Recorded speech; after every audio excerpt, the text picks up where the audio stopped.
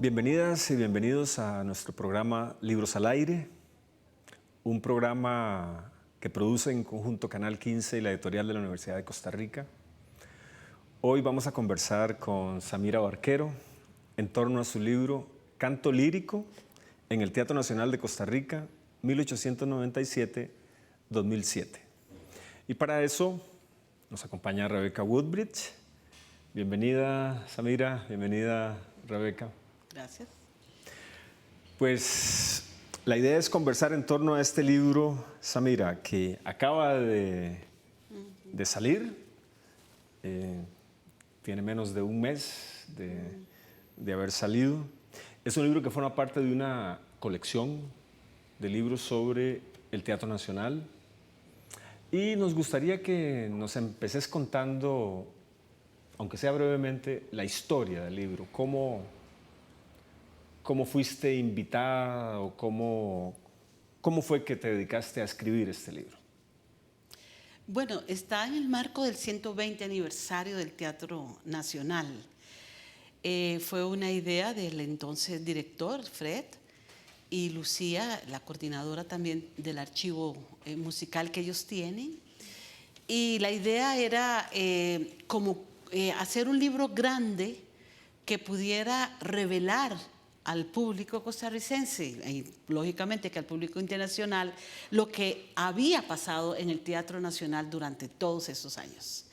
El teatro cuenta con un archivo de programas, de recortes de periódicos, de afiches, de fotografías, bastante grande, aunque no está completo, pero que nos revela toda la historia, digamos, del teatro y de alguna manera nos está revelando la historia de la música en Costa Rica, porque todo, sobre todo en finales del siglo XIX y principios del siglo XX, todo iba hacia la gran sala de conciertos. Entonces, ellos tuvieron la idea de poder hacer un libro grande mostrando con unas fotografías hermosísimas de lo que era el teatro a nivel arquitectónico y también lo que pasaba en los camerinos, en el escenario, en todos los espacios que tiene el teatro. Yo podría decir que a mí me invitaron, yo creo que por casualidad. Yo no puedo decirlo de otra manera porque no soy investigadora, yo no soy historiadora, soy cantante. Y he pasado. No eras, pero ya ahora, a partir de este libro, sos investigadora y sos escritora y muy buena, por cierto. Bueno, pero como cantante pasé muchos años en esos pasillos, en esas gradas, Entonces, cuando me llamaron para poder integrarme al equipo de trabajo de las demás compañeras y compañeros, pues yo dije que sí. Porque la verdad es que me llamaba mucho la atención descubrir también un poco la historia del canto lírico en el Teatro Nacional, que de alguna manera va reflejando el canto lírico en el país. No solamente en San José, porque también venían cantantes de Cartago o de Heredia, ¿verdad?, que eran los que más participaban. Así que ese es mi comienzo con este pequeñito y sencillo aporte, porque realmente siento que es pequeño y sencillo y que espero que esto provoque a otros a poder continuar, digamos, con esa historia. Samira, usted dice que usted no era historiadora, ahora Alex la corrige, dice que a partir de ahora sí. ¿Cómo le fue relacionándose con ese archivo, verdad? Cuando uno entra en un archivo por primera vez y sobre todo cuando uno pues no tiene ese bagaje que ya le deja la disciplina de la si uno es historiador, historiadora desde muy, muy temprano, un archivo es un lugar fascinante y es un lugar donde uno se pierde y es un lugar donde uno encuentra cosas inesperadas. Entonces, pues me gustaría saber cómo le fue a usted en ese encuentro. Sí, tuve la ventaja de que soy fundadora del Archivo Histórico Musical de la Escuela de Artes Musicales, que fundé en el año 1993, precisamente rescatando una compositora costarricense, Rocío Sanz, en la Ciudad de México. Y ahí fue como una aventura de alguien que había cantado sus canciones, ¿verdad?, pero que quería saber más de ella. Y hubo toda una circunstancia que me llevó a ir hasta México.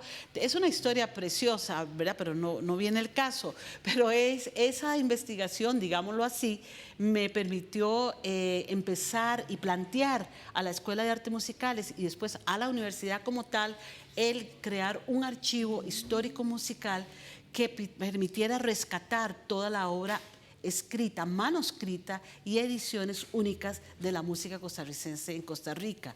Entonces, digamos que el concepto del archivo lo tenía muy claro.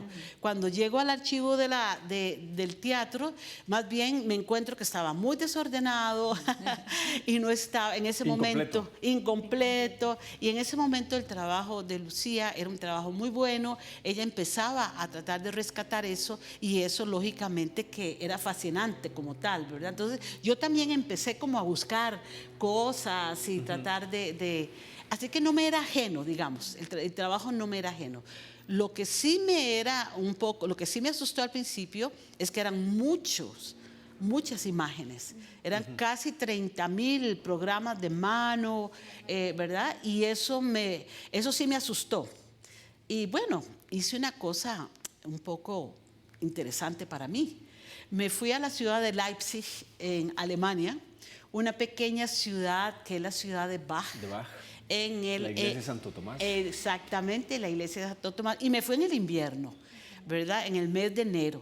Dice, el 1 de enero me fui para allá, me fui con toda la documentación, ahora tenemos la ventaja de tenerlo digital, y estando ahí, como no tenía nada que hacer más que ir a los conciertos de las dos iglesias, Thomaskirche y Matthäuskirche ahí, cada día me dedicaba a revisar cada una de esas imágenes. Logré sacar aproximadamente unos 2.800 documentos, los puse en una base de datos y ahí empecé a darme cuenta qué era lo que más o menos me interesaba poner en el libro. Pero sí, tuve que pasar ese proceso, un proceso, por dicha, que lo pude hacer, ¿verdad? Y que me pude ir a Alemania sola y pasar ese mes allá en esa ciudad tan hermosa que, ¿verdad?, que inspira más bien. Y pude lograr revisar esas 30,000 documentos y poder sustraer lo que realmente me interesaba. Esa es la historia. Muy bien, muy bien. Bueno, pues vamos a seguir conversando. Estamos conversando con Samira Barquero Trejos en torno a su libro Canto Lírico en el Teatro Nacional de Costa Rica, 1897-2007, y ya volvemos para seguir conversando.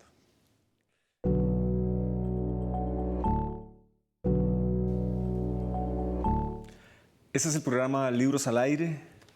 Hoy estamos conversando Rebeca Woodbridge y yo, Alexander Jiménez, con la maestra Samira Barquero Trejos, y a propósito de su libro Canto Lírico en el Teatro Nacional de Costa Rica, 1897-2007. Habíamos hablado del tema del archivo, del tema de que vos no eras una investigadora ni una escritora, pero después de leer este libro, uno queda convencido de que aquí hay un trabajo cuidadoso y amoroso en torno a la historia del canto lírico, ya no solamente en el Teatro Nacional de Costa Rica, sino en la historia de Costa Rica, porque vos haces un trabajo también sobre compañías, sobre grupos, sobre teatros, antes del teatro, antes del gran teatro, digámoslo así.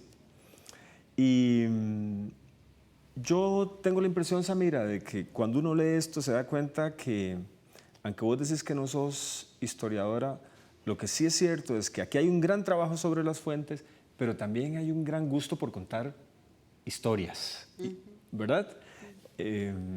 A mí me conmovió mucho cuando contás la historia de estas compañías francesas, italianas, que pasaron por ahí. Contanos un poco tu modo de vivir esas historias. Bueno, primero tengo que contarles que cuando empezamos la investigación todos, teníamos la sensación que ese 19 de octubre, cuando se había, de 1897, que se había estrenado el teatro, era un estreno, pero no la inauguración, porque no teníamos el programa original No estaba en el archivo el programa original. Pero por esas cosas de la vida, de mi acción como ratón, que ando buscando siempre algún documento, coincidí con una persona, Ana Isabel Vargas, una persona que hace también música, compositora, y me dice, Samira, tengo un programa que acabo de revisar del archivo de mi padre y de mi abuelo que quiero darte. Con la gran sorpresa que era el programa de la inauguración del teatro, cosa que no se hablaba como tal.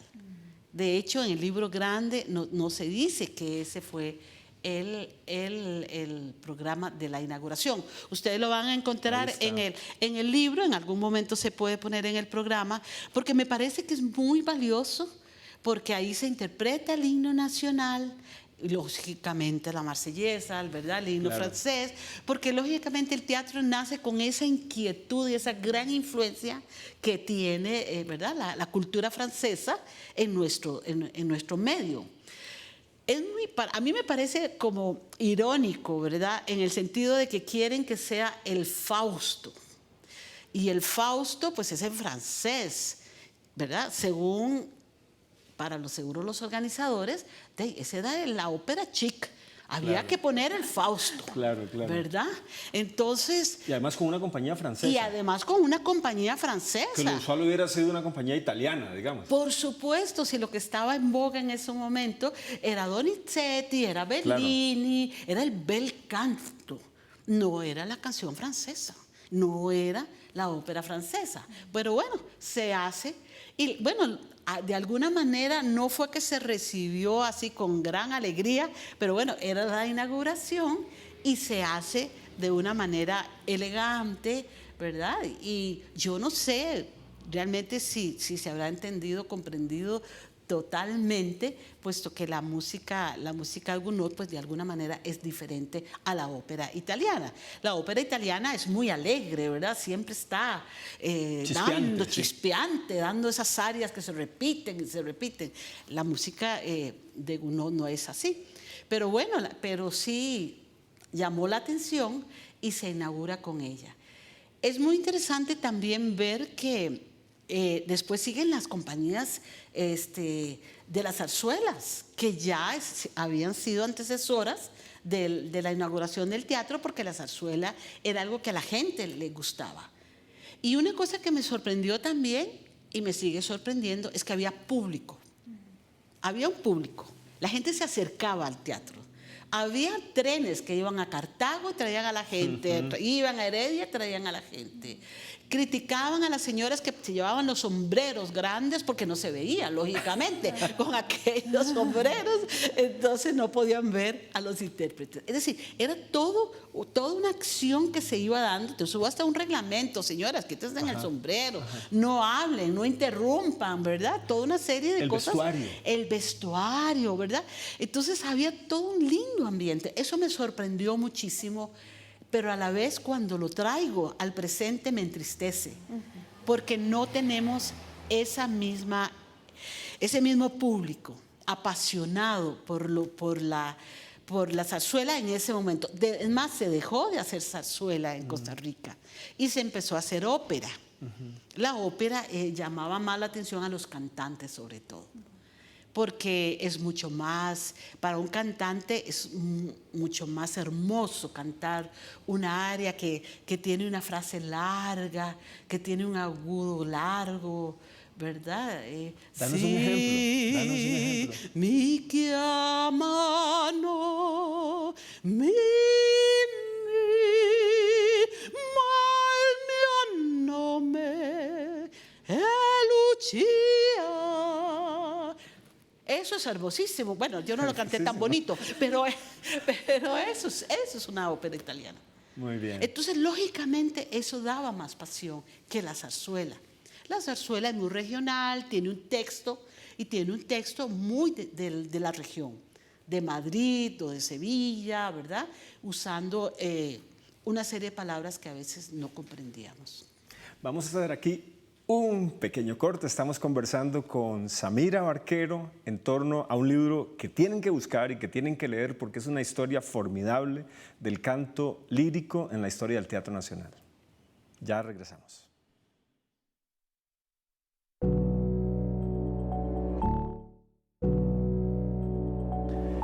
Continuamos en Libros al Aire. Hoy estamos conversando con una prestigiosa soprano de este país, Samira Barquero, una maestra, 3 veces ganadora del Premio Nacional de Música a la Mejor Cantante. Y es una delicia conversar con la autora de este libro, Canto Lírico en el Teatro Nacional de Costa Rica, 1897-2007. Rebeca, vos querías preguntarle algo más. Sí, justo estábamos hablando ahora que, bueno, lo voy a contextualizar, ¿verdad? Este libro, usted narra la historia de un San José, o de una Costa Rica del siglo XIX a través del canto lírico, ¿verdad? El canto lírico le permite narrar esa historia, pero además suma mucho a las historias que han sido contadas sobre ese país, esa ciudad. A mí me parece también que es la historia de la relación entre el canto lírico y una arquitectura, el Teatro Nacional.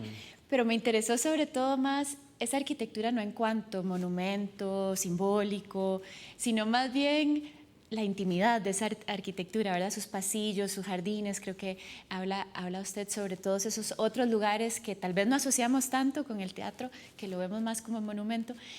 Intuyo también que hay una relación suya con esa arquitectura y ese canto, ¿verdad? Entonces, bueno, quería que nos contara un poco más, porque ahora estuvimos iniciando una conversación por ese rumbo. Sí, quisiera resaltar que el Teatro Nacional no es solo la sala grande, ¿verdad? Conocí muy bien el teatro, pero se inicia con los jardines. Ahí aparecen los coros. Entramos al vestíbulo, ahí se hizo música de cámara.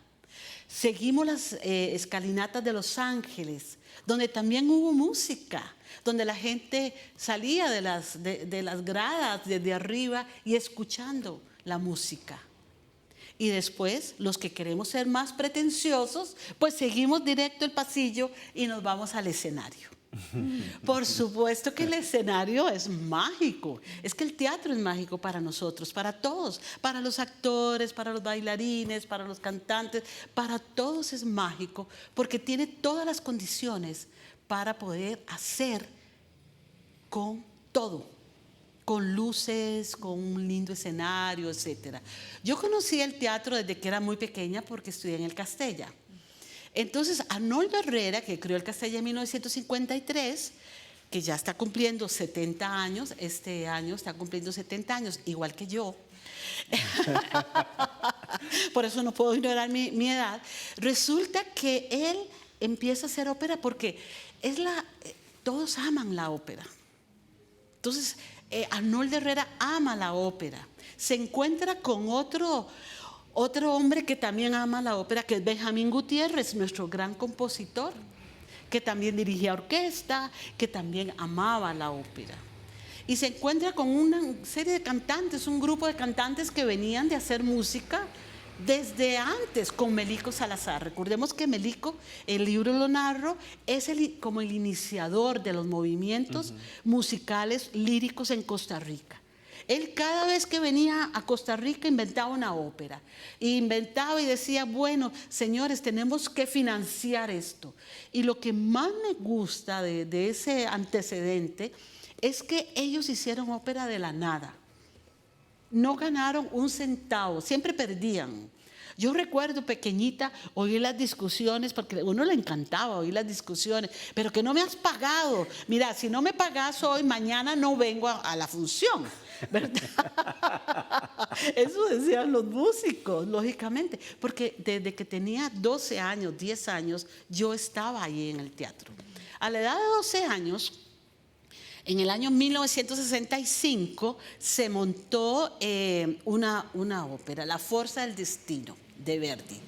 a nosotros nos pidieron que fuéramos las niñas y que cantáramos en el coro. Eso fue para nosotros maravilloso, correr por el escenario, ¿verdad? Y lo más hermoso era irnos hacia arriba, hacia la gran araña que hay allá y poder decir hola, hola, y cuando decía ahí están las niñas y venir un señor que se llamaba Morita a perseguirnos, pero igualmente nos íbamos para abajo y nos metíamos por todos los rincones, ¿verdad? Eso era el mundo para nosotros. Y después estar en el escenario, nunca se sabía qué iba a pasar porque las óperas no tenían financiamiento adecuado. Entonces, lo que era vino o lo que era comida en una hostería que era uno de los primeros cuadros, resulta que los vasos de vino tenían huecos. Los platos no estaban con comida de verdad, eran bananitos con tomate y lechuga y un pedazo de pan. Pero nosotros, como éramos todos muertos de hambre, agarrábamos el pan y y nos lo comíamos, ¿verdad? Y cuando ya venía la hora de cantar, todo... Ese era el mundo de nosotros, en realidad. Yo viví ese teatro hermosísimo. El libro está escrito, yo no sé si Rebeca coincide conmigo, el libro está escrito con esa misma gracia con la que has contado estas historias. Eso le da a la lectura del libro una fluidez, ¿verdad? Un goce.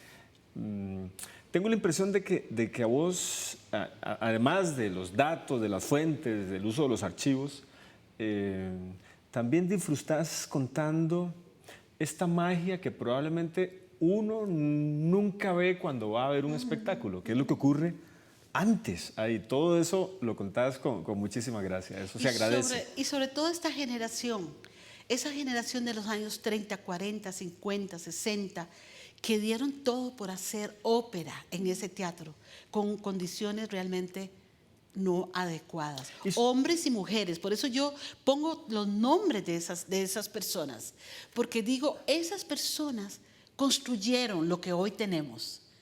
No pudo la compañía lírica nacer en 1980 sin haber tenido todo el bagaje de lo que había atrás.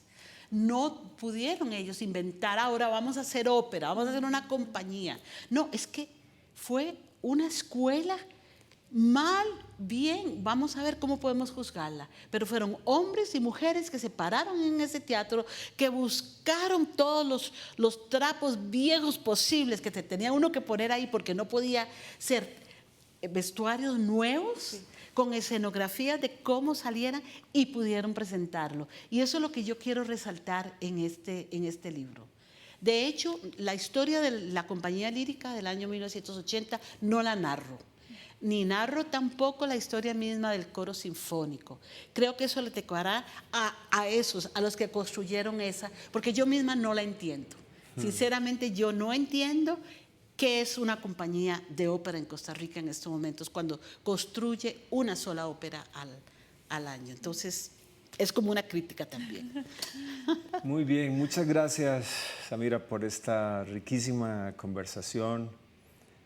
Tu libro es también un homenaje a toda esta gente que estuvo antes y que permite que ahora gente como vos haga esto y que cante, y eso hay que agradecerlo de tu libro.